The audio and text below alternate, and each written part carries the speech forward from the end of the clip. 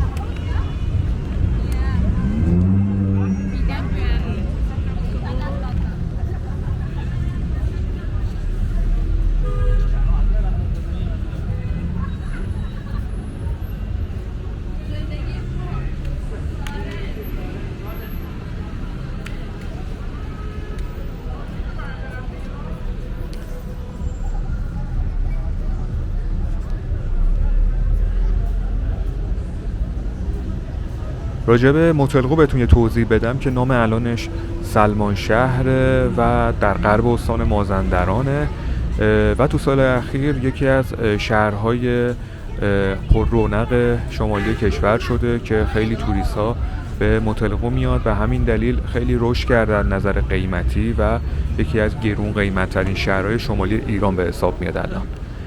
من قیمت ها رو که نگاه میکردم از سایت اینترنتی که بهتون بگم، قیمت هر متر آپارتمان یا حالا خونه ویلا تو این منطقه تو این شهر یه چیزی بین متری 60 میلیون تومن 50-60 میلیون تومن تا 100 میلیون تومن بود که به دلار میشه متری $1200 تا $2000 که این قیمت بسته به این که یه شهر شمالیه خیلی گرون به حساب میادش.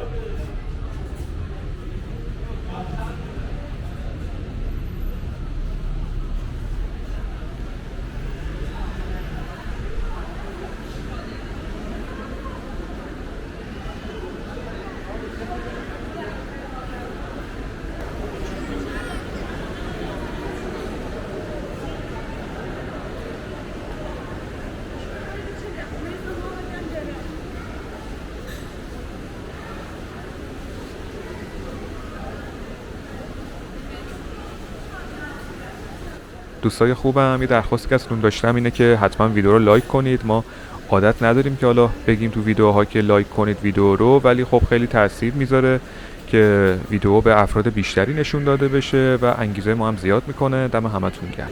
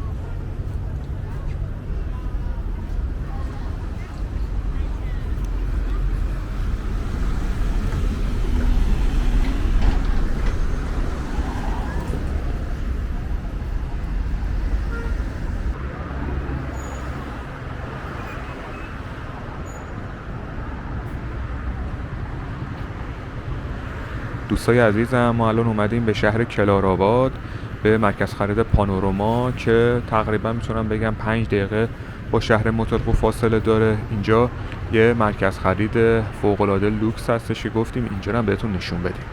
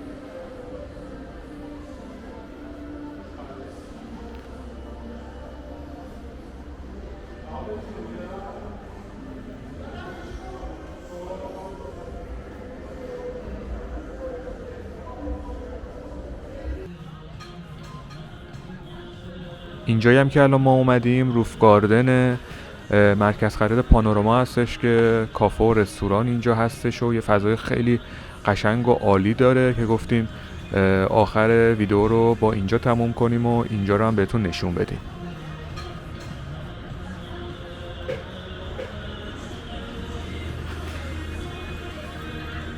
دوستای عزیزم، خیلی ممنونیم که این ویدیو رو دیدید. خیلی ممنونیم که مثل همیشه از ما حمایت میکنید. دست تک تکتون درد نکنه. دم همتون گرم. امیدواریم که هر جا که هستید شاد و موفق باشید. مواظب خودتونم باشین. تا ویدیو بعدی، خداحافظ.